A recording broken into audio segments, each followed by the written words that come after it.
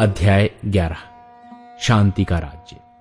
तब यशाय के ठूंठ में से एक डाली फूट निकलेगी और उसकी जड़ में से एक शाखा निकलकर फलवंत होगी। यहोवा का आत्मा, बुद्धि और समझ का आत्मा, युक्ति और पराक्रम का आत्मा और ज्ञान और यहोवा के भय का आत्मा उस पर ठहरा रहेगा, और उसको यहोवा का भय सुगंध सा भाएगा। वो मुख देखा न्याय न करेगा और न अपने कानों के सुनने के अनुसार निर्णय करेगा, परंतु वो कंगालों का न्याय धर्म से और पृथ्वी के नम्र लोगों का निर्णय खराई से करेगा। और वो पृथ्वी को अपने वचन के सोंटे से मारेगा और अपने फूंक के झोंके से दुष्ट को मिटा डालेगा। उसकी कटी का फेंटा धर्म और उसकी कमर का फेंटा सच्चाई होगी। तब भेड़िया भेड़ के बच्चे के संग रहा करेगा और चीता बकरी के बच्चे के साथ बैठा करेगा, और बछड़ा और जवान सिंह और पाला पोसा हुआ बैल तीनों इकट्ठे रहेंगे और एक छोटा लड़का उनकी अगुवाई करेगा। गाय और रीछनी मिलकर चरेंगी और उनके बच्चे इकट्ठे बैठेंगे, और सिंह बैल के समान भूसा खाया करेगा। दूध पीता बच्चा करैत के बिल पर खेलेगा और दूध छुड़ाया हुआ लड़का नाक के बिल में हाथ डालेगा।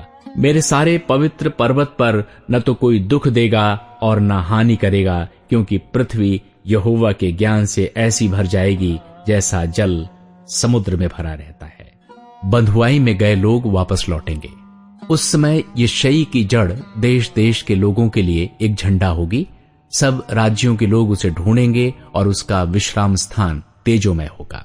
उस समय प्रभु अपना हाथ दूसरी बार बढ़ाकर बचे हुओं को, जो उसकी प्रजा के रह गए हैं, अश्शूर से, मिस्र से, पत्रोस से, कूश से, एलाम से, शिनार से, हमात से और समुद्र के द्वीपों से मोल लेकर छुड़ाएगा।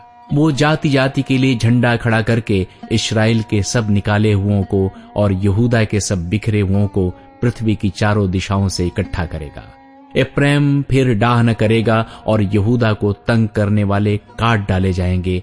न तो एप्रैम यहूदा से डाह करेगा और न यहूदा एप्रैम को तंग करेगा, परंतु वे पश्चिम की ओर पलश्तियों के कंधे पर झपट्टा मारेंगे और मिलकर पूर्वियों को लूटेंगे। वे एदोम और मोआब पर हाथ बढ़ाएंगे और अम्मोनी उनके अधीन हो जाएंगे।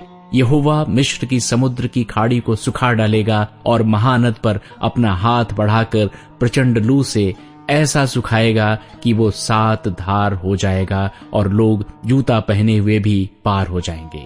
उसकी प्रजा के बचे हुओं के लिए अश्शूर से एक ऐसा राजमार्ग होगा जैसा मिस्र देश से चले आने के समय इस्राएल के लिए हुआ था। अध्याय 12। धन्यवाद का गीत। उस दिन तू कहेगा, हे यहोवा, मैं तेरा धन्यवाद करता हूं, क्योंकि यद्यपि तू मुझ पर क्रोधित हुआ था, परंतु अब तेरा क्रोध शांत हुआ और तूने मुझे शांति दी है।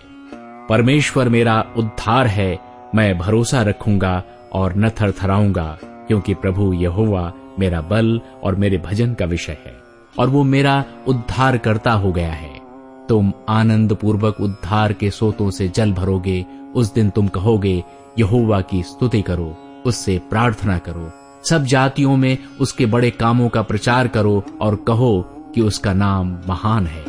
यहोवा का भजन गाओ, क्योंकि उसने प्रतापमय काम किए हैं, इसे सारी पृथ्वी पर प्रकट करो। हे सियोन में बसने वाली, तू जय जयकार कर और ऊंचे स्वर से गा, क्योंकि इस्राएल का पवित्र तुझ में महान है।